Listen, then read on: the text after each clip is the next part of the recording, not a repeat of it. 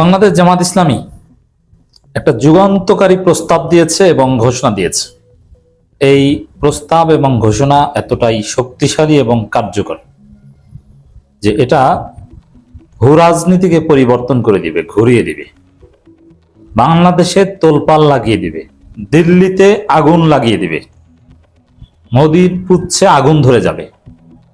জামাত সেই কাজ করছে এবং মোদি, ভারত, শুভেন্দু, দীনেশ ত্রিবেদী এরা চেষ্টা করবে, নানান ষড়যন্ত্র করবে। অতীতে যেরকম ভারতের আধিপত্যবাদের বিরুদ্ধে যেসব নেতৃবৃন্দ সোচ্চার ছিলেন, যেমন শহীদ মাওলানা মতিউর রহমান নিজামী, আলী হাসান মুজাহিদ, কাদের মোল্লা, কামরুজ্জামান, মীর কাসেম আলী, শহীদ সালাউদ্দিন কাদের চৌধুরী, এদেরকে যেভাবে হত্যা করেছে ভারত, ওইরকম আবারও নতুন প্রজন্মের যারা মাওলানা মতিউর রহমান নিজামী, যারা নতুন প্রজন্মের যারা সালাউদ্দিন কাদের চৌধুরী, যারা শহীদ ওসমান হাদির উত্তরসূরি যেমন নাসরুদ্দিন পাটোয়ারি ইত্যাদি ইত্যাদি, তাদেরকেও হত্যা করতে চাইবে। এতটাই প্রভাবশালী এবং গুরুত্বপূর্ণ ঘোষণা দিয়েছে জামাত ইসলাম। ঘোষণা এবং ঘোষণার জায়গা এবং টাইমিং সবকিছু ইম্পর্টেন্ট। দর্শক, জামাত ইসলামের সেক্রেটারি জেনারেল অধ্যাপক মিয়া গোলাম পরোয়ারের বক্তব্য, পুশিন রুখে দিতে বিজিবিকে সহযোগিতায় প্রস্তুত সীমান্তের জনগণ। এই ঘোষণাটা অত্যন্ত তাৎপর্যপূর্ণ। পিপলস আর্মি কনস্ক্রিপশন, এই কনস্ক্রিপশন থিওরি এই ঘোষণার মধ্যে আছে বা এই প্রস্তাবের মধ্যে আছে, যে ভারতের আধিপত্যবাদ রুখতে এই পুশিন, এটা শুধু পুশিন না, এটা ভারতের আধিপত্যবাদ। ভারতের আধিপত্যবাদের একটা প্রতীকী কিংবা একটা ম্যানিফেস্টেশন হচ্ছে জাস্ট পুশিন। এটা পুশিন হচ্ছে পায়ে পড়ে ঝামেলা বাঁধানো, যুদ্ধ বাঁধানোর একটা চেষ্টা। আমি অতীতেও বলেছি, আবারও বলছি, সাপোজ এই ঘটনাটা কিভাবে যুদ্ধের রূপ নিতে পারে দেখেন। যেমন বিজিবি এবং বাংলাদেশের জনগণ মিলে পুশিন রুখে দিচ্ছে। এখন পুশিনটা তো করছে বিএসএফ।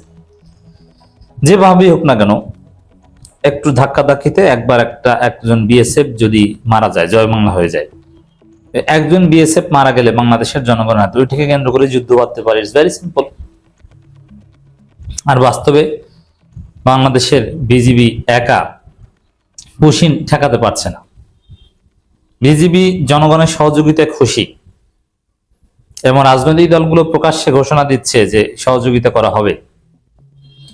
এর মধ্যে কনস্ক্রিপশন থিওরি কিভাবে আছে, যে ভারত যেভাবে বাংলাদেশের উপর আধিপত্যবাদ কায়েম করেছে বা করছে, তাতে বাংলাদেশের প্রাপ্তবয়স্ক সকল পুরুষের মিলিটারি ট্রেনিং নেওয়াটা বাধ্যতামূলক, যাতে প্রয়োজনে দেশের হয়ে যুদ্ধ করতে পারে। যেমন আমি বাংলাদেশের নাগরিক, আর আমাকে বললেই তো আমি যুদ্ধ করতে পারবো না, কারণ আমার তো সেই ধরনের ট্রেনিং নাই। কিন্তু আমাকে যদি ট্রেনিং দেওয়া হয় আমি পারবো সেটা। এই জন্য বাধ্যতামূলক ট্রেনিং পৃথিবীর অনেক দেশে আছে। এটা হোসেন মোহাম্মদ এরশাদ কিংবা জাতীয় পার্টির নির্বাচনী ম্যানিফেস্টোতে ছিল, সবার আগে জামাত ইসলামের ম্যানিফেস্টোতে ছিল। সর্বশেষ 12 ফেব্রুয়ারি নির্বাচনে জামাতের ম্যানিফেস্টোতে এটা ছিল না, অতীতে ছিল, যে জামাত ক্ষমতায় আসতে পারলে তারা সকল নাগরিকদের জন্য, প্রাপ্তবয়স্ক সকল নাগরিকদের জন্য সামরিক ট্রেনিং এর ব্যবস্থা করবে। এতে তারাও সুস্থ থাকবে এবং দেশের প্রয়োজনে কাজে লাগানো যাবে। এতেই ভারত ভয় পাবে। ভারতের হিসাব, বাংলাদেশে কতজন সেনাবাহিনী আছে, কয়জন বিজিবি আছে, এগুলো তো আমরা কয়েক ঘন্টা খেয়ে ফেলতে পারবো। বাংলাদেশের সাথে যুদ্ধ করতে ভারতবর্ষের লড়াই করা দরকার নাই, শুধু পশ্চিমবঙ্গে যা আছে তাতেই যথেষ্ট। এই জন্য বাংলাদেশের সাথে যা ইচ্ছা তা করছে। তারা বাংলাদেশকে খুব হিউমিলেট করে এবং ছোট করে দেখে। কিন্তু বাংলাদেশের ওই যে আল্লামা সাইদি বলতেন, 18 কোটি মানুষের 36 কোটি হাত আছে। এই 36 কোটি হাত পা এগুলো যদি সব ট্রেন্ড হয়, তাহলে এটা ওদের জন্য, কারণ ওদের দেশের জনগণ তো যুদ্ধ করতে আসবে না, এটা ওদের জন্য মারাত্মক একটা থ্রেট। বাংলাদেশের সক্ষমতা এমনিতেই বেড়ে যায়। এই থিওরি গোলাম পরোয়ার এই বক্তব্যের মধ্যে আছে। এবং শাহবাগে ভারতের আধিপত্যবাদের বিরুদ্ধে জামাত জোট যে সমাবেশ করেছে, সেখানে গোলাম পরোয়ার কিংবা নাসরুদ্দিন পাটোয়ারিয়া এরা সবাই যে বক্তব্য দিয়েছে, সবার বক্তব্যের মধ্যে এই ধরনের একটা মেসেজ স্পষ্ট, যে আমরা প্রতিহত করব ভারতের আধিপত্যবাদ, ভারতের ষড়যন্ত্র, ভারতের পুশিন।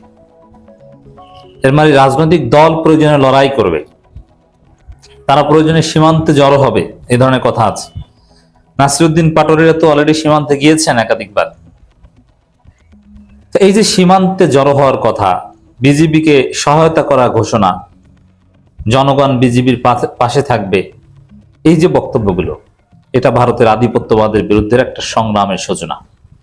যেই মুহূর্তে দীনেশ ত্রিবেদীকে পাঠাচ্ছে যে কিভাবে বাংলাদেশ দখল করা যায় সেই অ্যাসাইনমেন্ট নিয়ে, কারণ এরকম একজন বিতর্কিত রাজনীতিবিদ, যিনি অত্যন্ত প্রভাবশালী রাজনীতিবিদ ছিলেন সরকারের, যিনি রেলমন্ত্রী ছিলেন, আরো অনেক দায়িত্বে ছিলেন, যিনি হয়তো মুখ্যমন্ত্রী হতে পারেন, এরকম তাকে আপনি এখানে হাই কমিশনার করে পাঠালেন, যেটা অতীতে কখনো পাঠাননি। এখানে হাই কমিশনার বলে তাদের যে আইসিএস মানে ফরেন সার্ভিস থেকে প্রফেশনাল ডিপ্লোম্যাটকে পাঠান, এটাই ছিল সিলসিলা।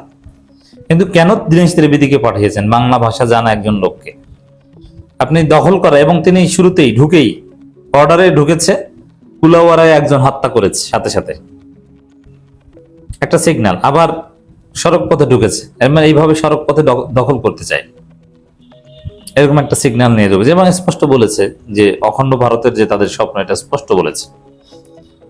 তো দর্শক, এই সময়ে এই ঘোষণা অত্যন্ত তাৎপর্যপূর্ণ। যে সময় পলাশবাড়ি দখল করার, পলাশবাড়ি থেকে হয়তোবা তাদের দখল স্টার্ট হবে, এই জন্য মহা ষড়যন্ত্র।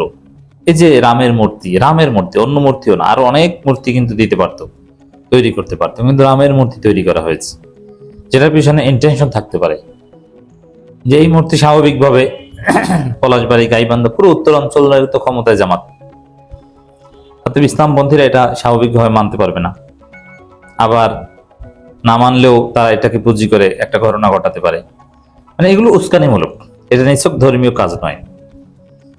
তো সেখানে পুশিন রুখে দিতে বিজিবিকে সহযোগিতায় প্রস্তুত সীমান্তের জনগণ, এই সীমান্তের জনগণ প্রস্তুত, এটি হচ্ছে ভারতের আধিপত্যবাদের বিরুদ্ধে চূড়ান্ত বার্তা, কনস্ক্রিপশন বার্তা, যুদ্ধ করার বার্তা, লড়াই করার বার্তা। বুঝতে পারছেন কতটা তাৎপর্যপূর্ণ?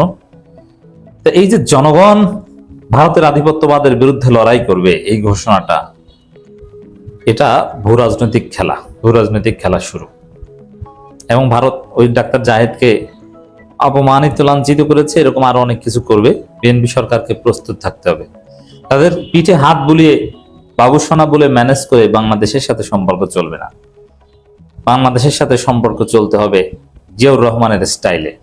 পাকিস্তান, তুরস্কের সাথে, চীনের সাথে বিভিন্ন স্ট্র্যাটেজিক এগ্রিমেন্টে যে ভারতকে চাপে রাখতে হবে, এবং বাংলাদেশের জনগণ তো আছেই, এবং এদেশে জামাত ইসলামী আছে, এবং এনসিপির তরুণরা আছে। ভারতের আধিপত্যবাদ ঠেকানো যাবে, ঠেকাতে হবে, ঠেকানো সম্ভব হবে।